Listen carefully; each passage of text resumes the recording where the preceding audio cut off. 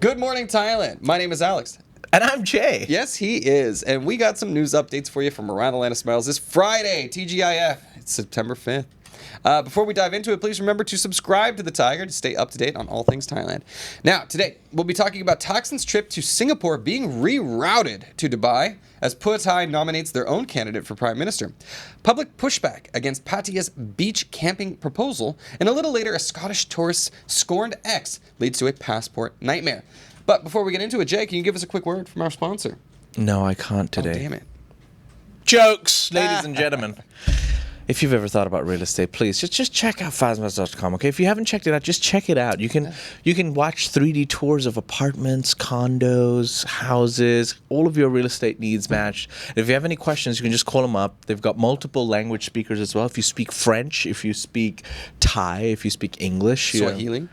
Yeah, that is also true. I'm not sure. Yeah, Zuwatanahan. Yeah.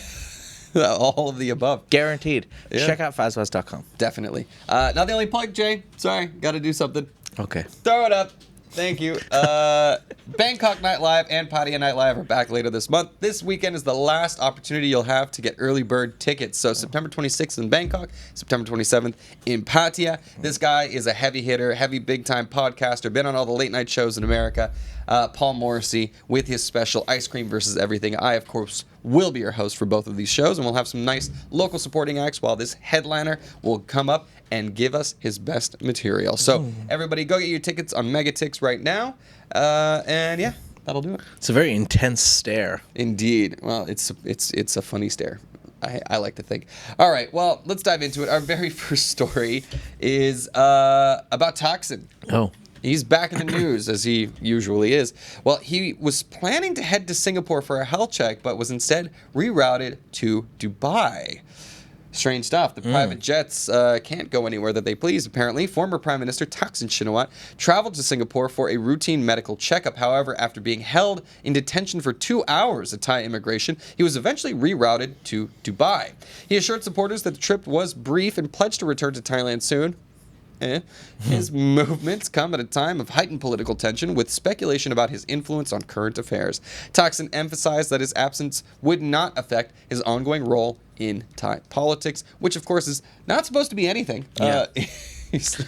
Well, yeah, Thaksin Shinawatra, in his self-exile for many, many years, was actually in Dubai for many, many years. Oh, yeah. So not a coincidence, or I'm not a real surprise that he's gone back to Dubai. Right. Well, it was super weird because he was supposed to go to Singapore, and then apparently there was like a cutoff time for private jets to fly into this Changi airport or something like that. And yeah, I think that it was like a spite move. I'm not sure because they held him in immigration for 2 hours so that he would miss that cutoff time. It's like, all right, now where are you going to go? Yeah. There's plenty of places to go to. So, and those are the times where it's nice to have a private jet. Like, I can't go to Singapore. Let's just go to Dubai. Yeah. And again, politicians with private jets. He's rich enough, without being a politician, to own multiple jets. That's true. Yeah. And again, what is his role supposed to be? It's probably still something. All right. Moving on to our next story. Pheu Thai puts forward Chaikasem as Prime Ministerial nominee. The Pheu Thai party announced Chaikasem Nithisiri as its candidate for Prime Minister in a crucial parliamentary session. The nomination comes amid internal divisions and political standoff that continue to paralyze government formation. Chaikasem's selection is seen as a strategic move to consolidate party unity and counter rivals. The party expressed confidence in his ability to lead despite challenges to his candidacy. Right. Who will it be? Right now, it seems as though the crowd favorite seems to be the former health minister and the deputy prime minister, Anutin Shanvirakun. Right. So I'm not really sure what this nominee is supposed to mean, because no matter what, Pheu Thai is not going to be in a position to put their nominee forward. Well, I mean, like, they can say we've nominated him, but they're not going to have the votes to actually get him into power.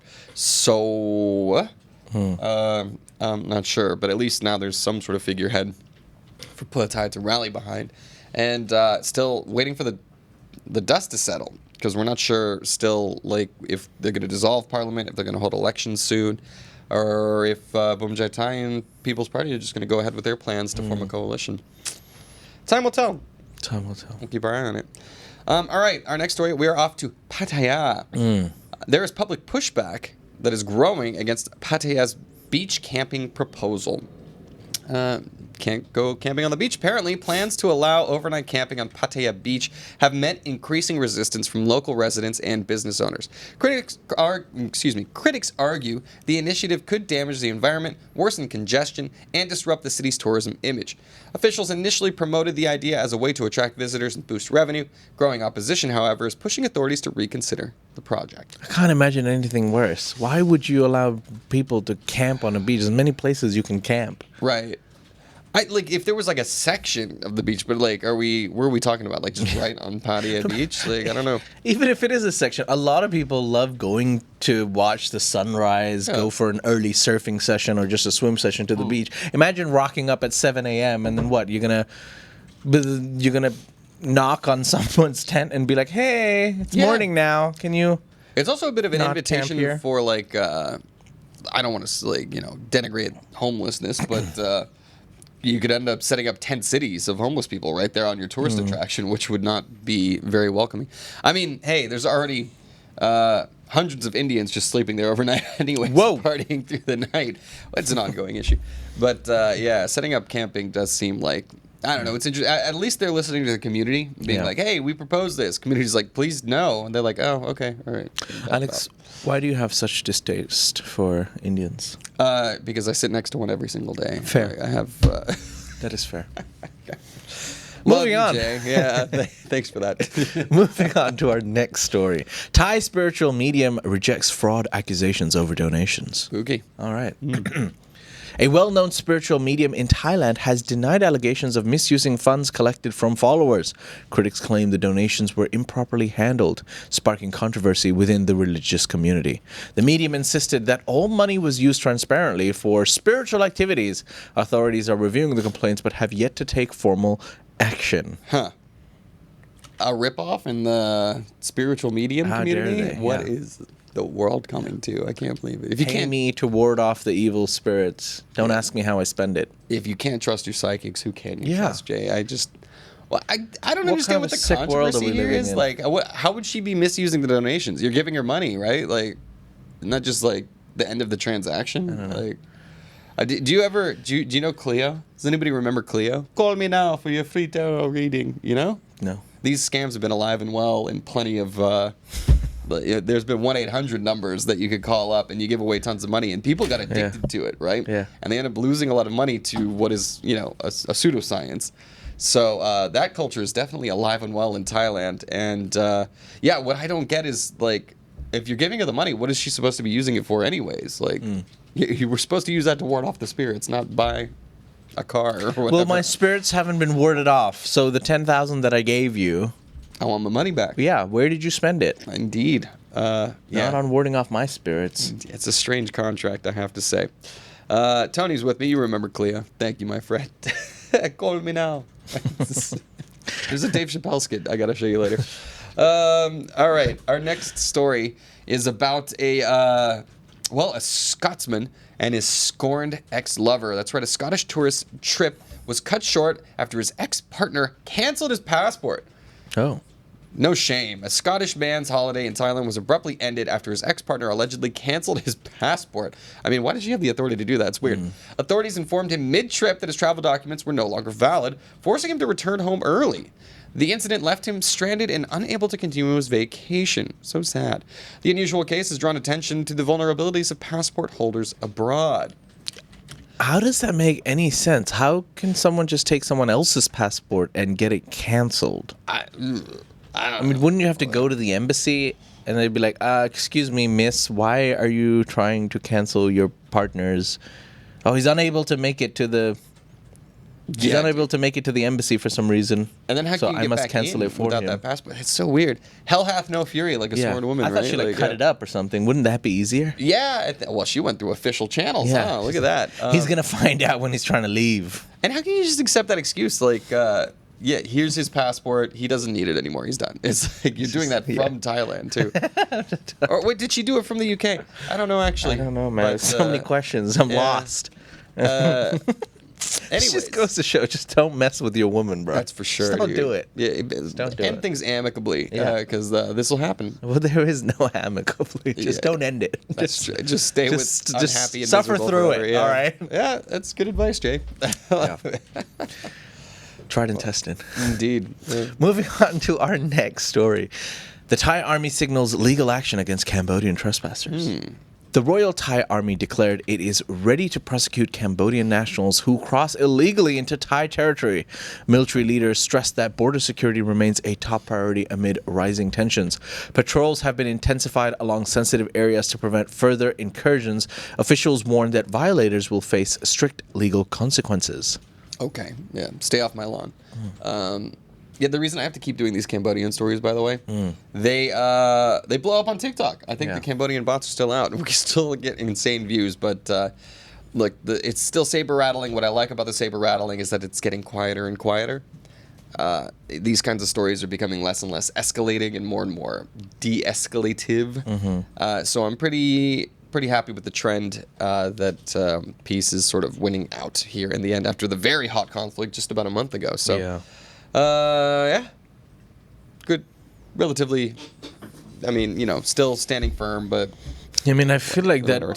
Do we even have to go and say that out loud? I mean, trespassers will not be allowed. I thought that would be like the basic function of your job. It is, and that's what I mean. It's like just reiterating the same points that have always been points, and hopefully that's the end of it. All right. Well, let's hear a quick word from our sponsor before we get into our final feel-good news of the day.